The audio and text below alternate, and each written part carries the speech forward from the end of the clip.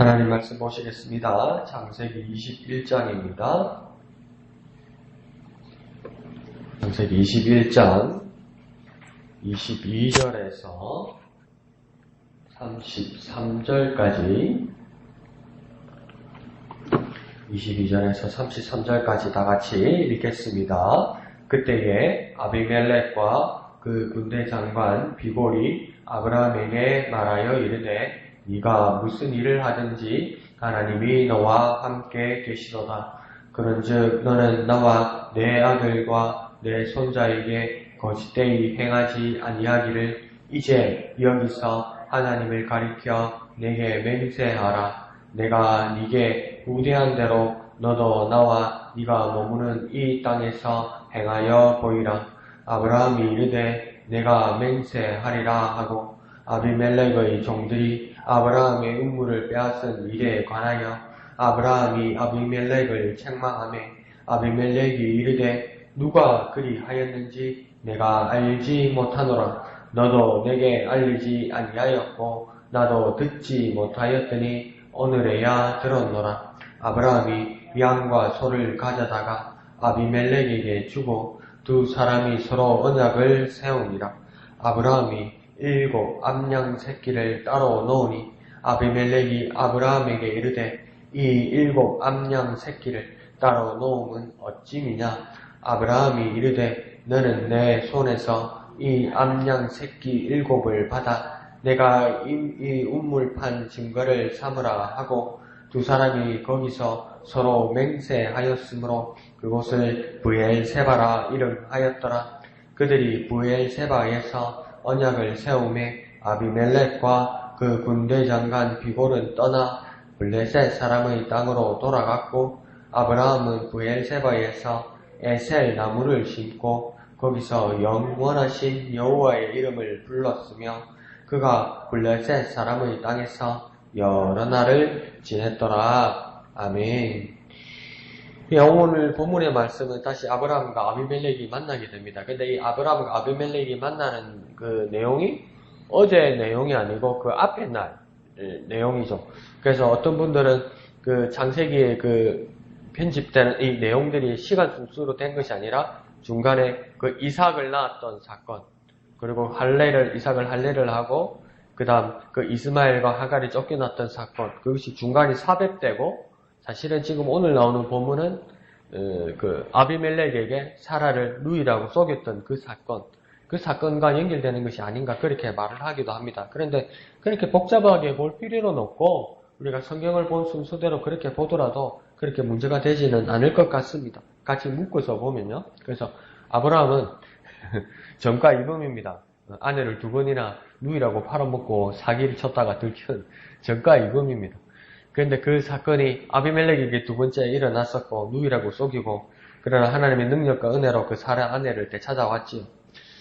그리고 어제의 사건에서는 아비멜렉이 임하였던 그 집안에 임하였던 저주가 뭐냐면 그 태의 문들이 다 닫혀버렸던 것입니다. 그런데 하나님께서 아브라함이 그를 중재하고 하나님께서 그 태를 열어주셔서 아비멜렉의 집안에서 이제 자녀들이 나게 되죠. 근데 그 다음 사건 후에 완전 나이 들어서 아이를 낳을 수 없을 것만 같은 아브라함과 사라 사이에서 아이도 이삭이 나게 되는 거죠. 이 두 사건을 아비멜렉이 다 보게 되었다면 태의 문을 열고 닫을 만큼 하나님께서는 엄청난 일을 하시는 분이구나 그것을 깨달았다고 말할 수도 있는 것입니다. 그래서 22절에 보면 이것을 놀랍게 여긴 아비멜렉과 그의 군대 장관 비골이 깨달은 바가 있어서 그렇게 이야기하고 있습니다. 22절에 하나님이 너와 너 아브라함과 함께 계시는 것을 우리가 발견하였다 이렇게 이야기하고 있습니다.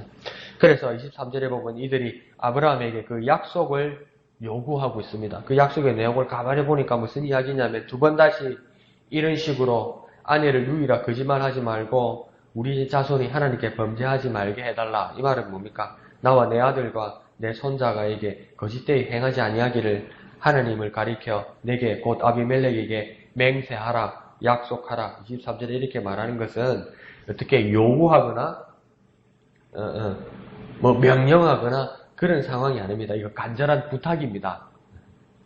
왕이란 자리라는 것만 우리가 보게 되면 아브라함에게 왕이 명령한 것만 같지만 하나님이 무서워서 하나님으로 맹세하게 하랬다면 아브라함 잘못 건드렸던가 큰일 나고 하나님 정말 무서운 분이라는 것을 아비멜렉과 그의 군대 장관 비골마저 깨달았다는 겁니다. 그래서 특이한 것은 그의 군대 장관 비골까지 데려왔다는 것은 무력으로 되지도 않고 이 무력이 하나님 앞에서 무력하다는 것까지도 다 알고 인정한다는 것이죠. 놀라운 일들이 일어난 겁니다. 그러면서 또 덧붙여서 23절 중간에 말하기를 나 아비멜렉이 너 아브라함에게 후대한 대로 잘 대해준 대로 너 아브라함도 나와 내가 머무는 이 아비멜렉과 우리 모두가 머무는 이 땅에서 행하여 보이라. 이 말은 뭡니까? 나 아비멜렉이 너 아브라함한테 잘해줬잖아. 얼마나 잘해줬잖아. 그러니까 하나님 앞에 나 해코지 당하지 않도록 하나님한테 잘 말씀드려서 좀 잘해줘. 이 말입니다.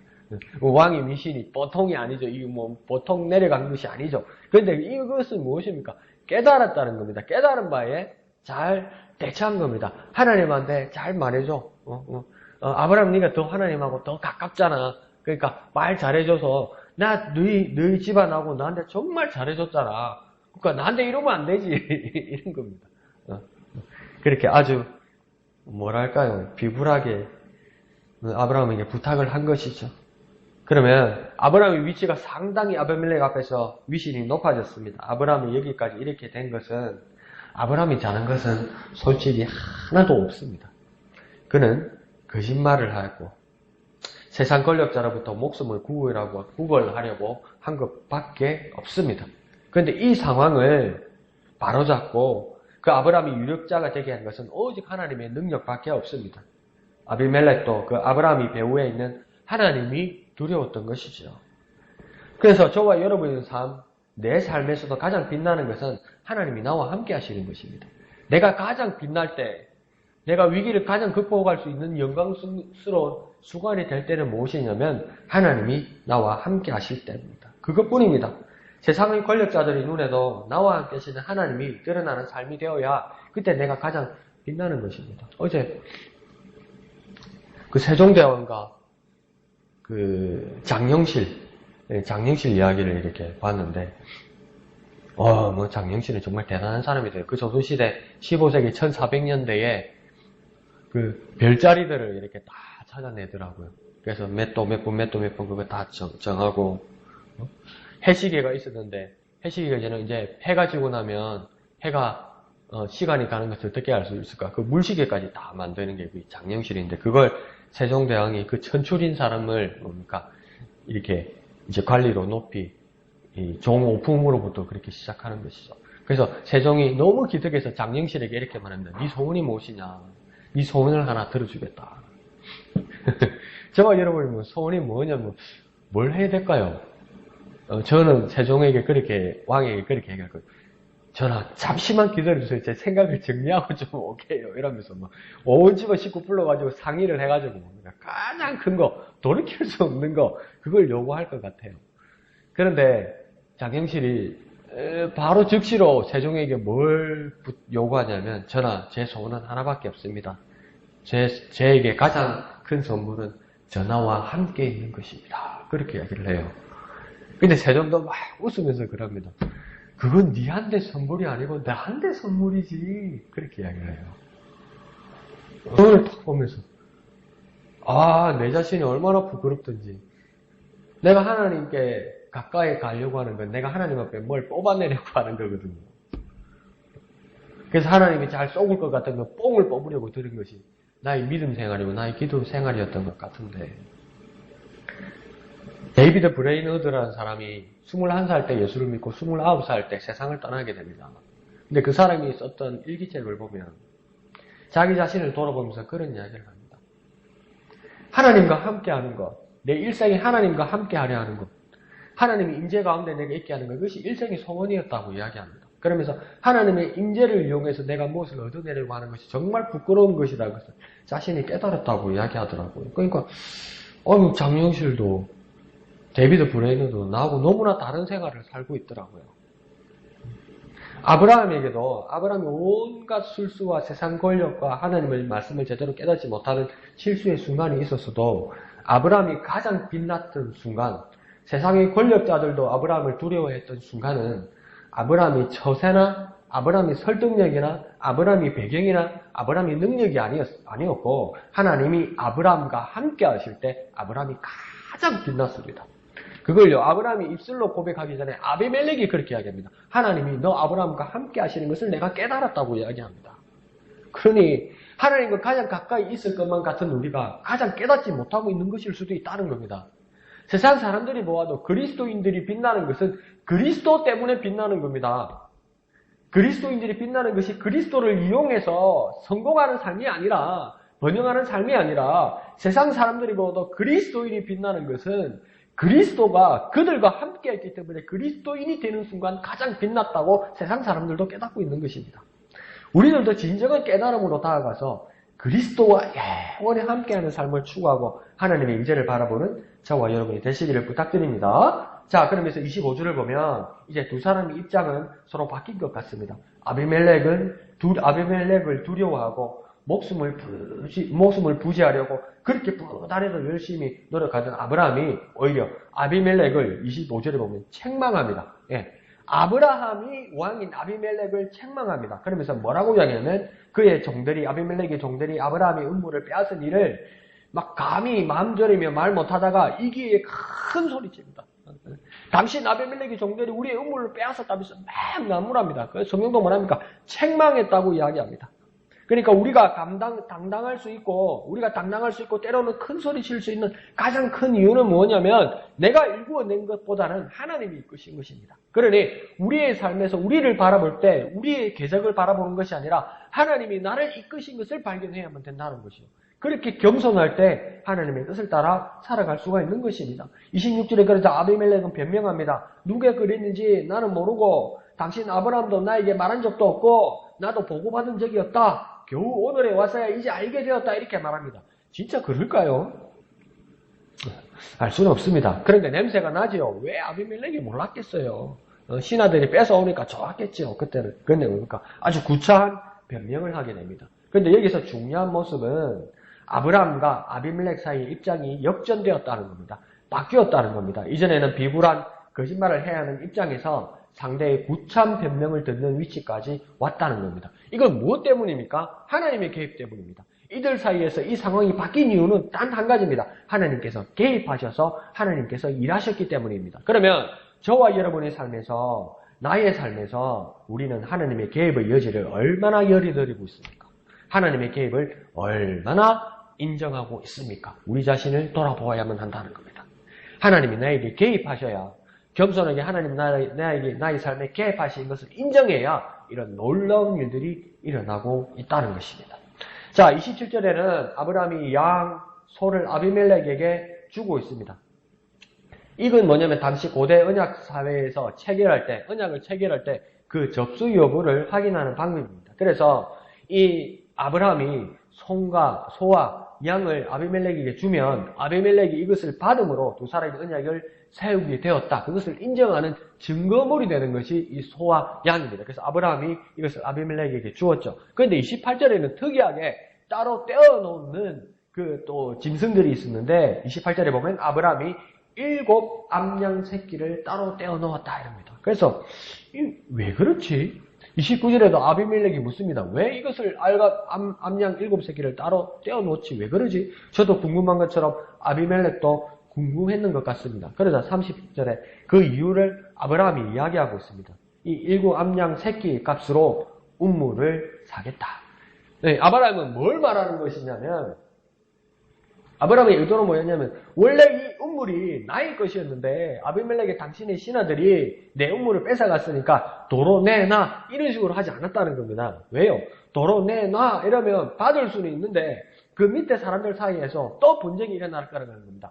원래 내 거야. 원래 우리 거였는데.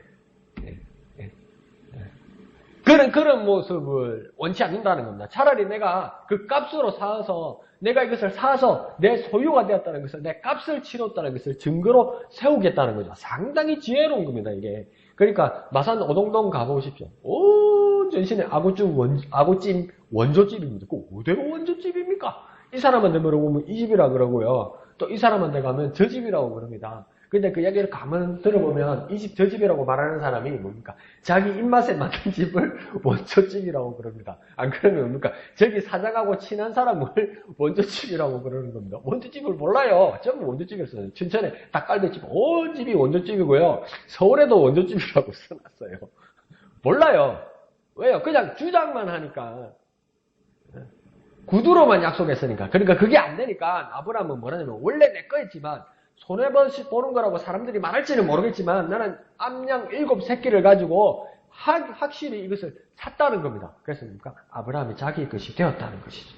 그래서 31절에 두 사람이 맹세는 그 계약 언약이 체결되게 이제 되는 것입니다. 그래서 그 운물의 이름을 짓는데 뭔가 아비멜렉과 아브라함 사이에서 같이 짓습니다.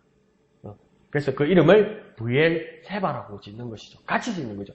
나 혼자 이거 브엘세바다 이러면서 나 혼자 그 우물에다가 면패를 붙인 게 아니고 왜 무슨 특별위원회 무슨 협회 만들면 현판식 하잖아요. 그래서 이렇게 천을 덮어놓고 이제 막 이렇게 하얀 장갑 끼고 이렇게 줄로 쭉 당기면 무슨 협회 이렇게 나오잖아요. 그러면 그 한 사람이 안 당기죠. 그 줄을. 그러니까 여러 사람이 같이 참석한 사람이 같이 이렇게 쭉 당겨서 그렇게 협회 이름이 나오면 다 같이 박수 이렇게 치시잖아요.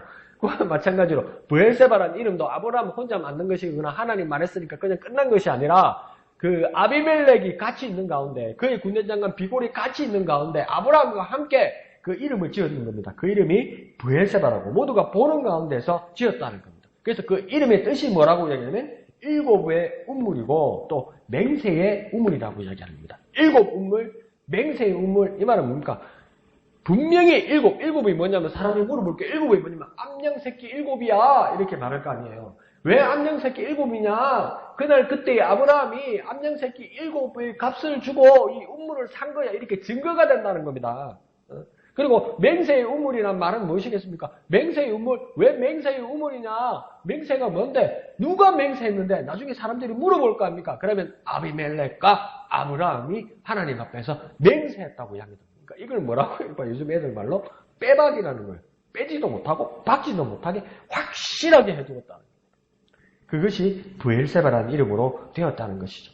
그러니까 그 다음 후손들이 와도 뭡니까? 그 이름에 대해서 물어보고 그 연원을 물어보면 뭡니까? 이게 그런 경위에서 되었다는 것을 알게 되면 이 우물의 소유가 누구이라는 것이 확실하게 된다는 것이죠. 그러면 우리의 삶의 자리에도 우리의 삶의 흔적이 남습니다. 우리가 이전에 했던 일에 대해서도 우리가 만진 것, 우리가 해두었던 것, 우리의 만들어 두었던 것이 그대로 남아서 나도 기억을 되돌려 볼 수 있고 우리의 후배와 우리의 자손들도 그것을 추적하게 될 것입니다. 그러면 거기에 어떤 의미를 우리는 지금 여기에 남길 수 있는지 의미 있는 삶을 오늘 우리가 살아야 되는 것입니다. 우리가 만져놓은 것, 우리가 해놓은 것, 만약에 우리가 나이 들어서 세상을 떠날 때 내가 쓰는 성경, 내가 보던 매일 성경이 남았다고 칩시다.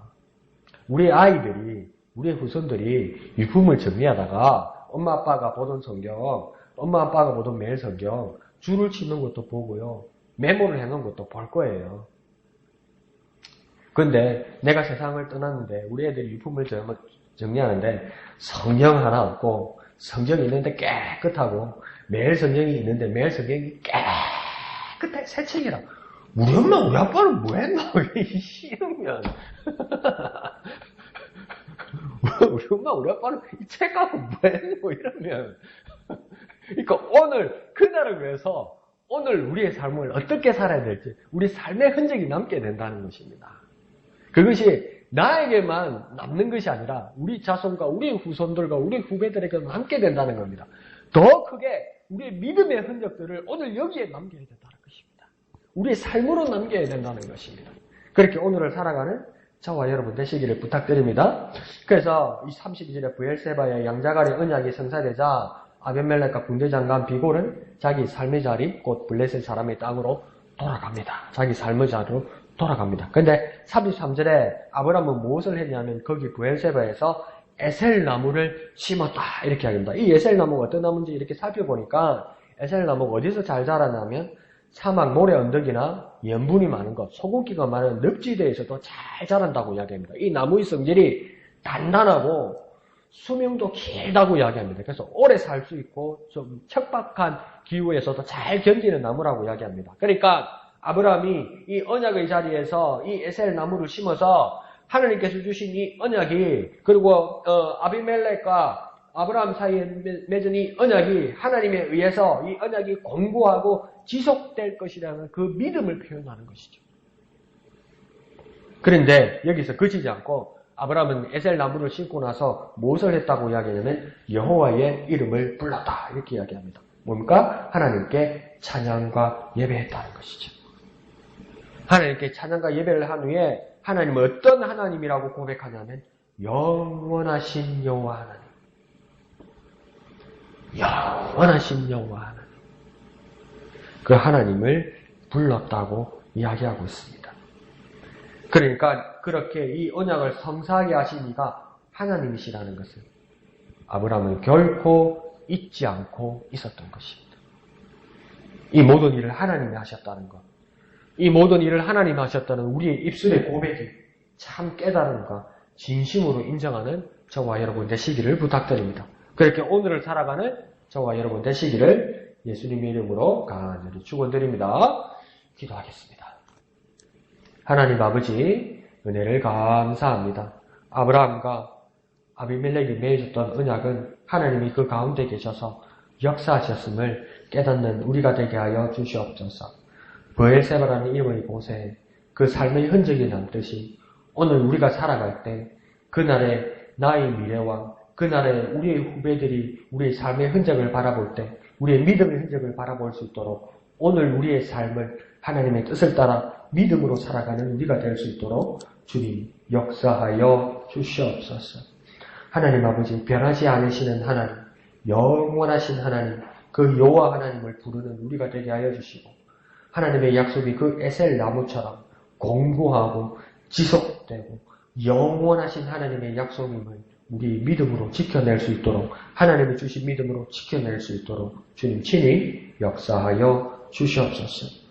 모든 것을 감사드리며 거룩하신 예수님의 이름으로 간절히 기도합니다.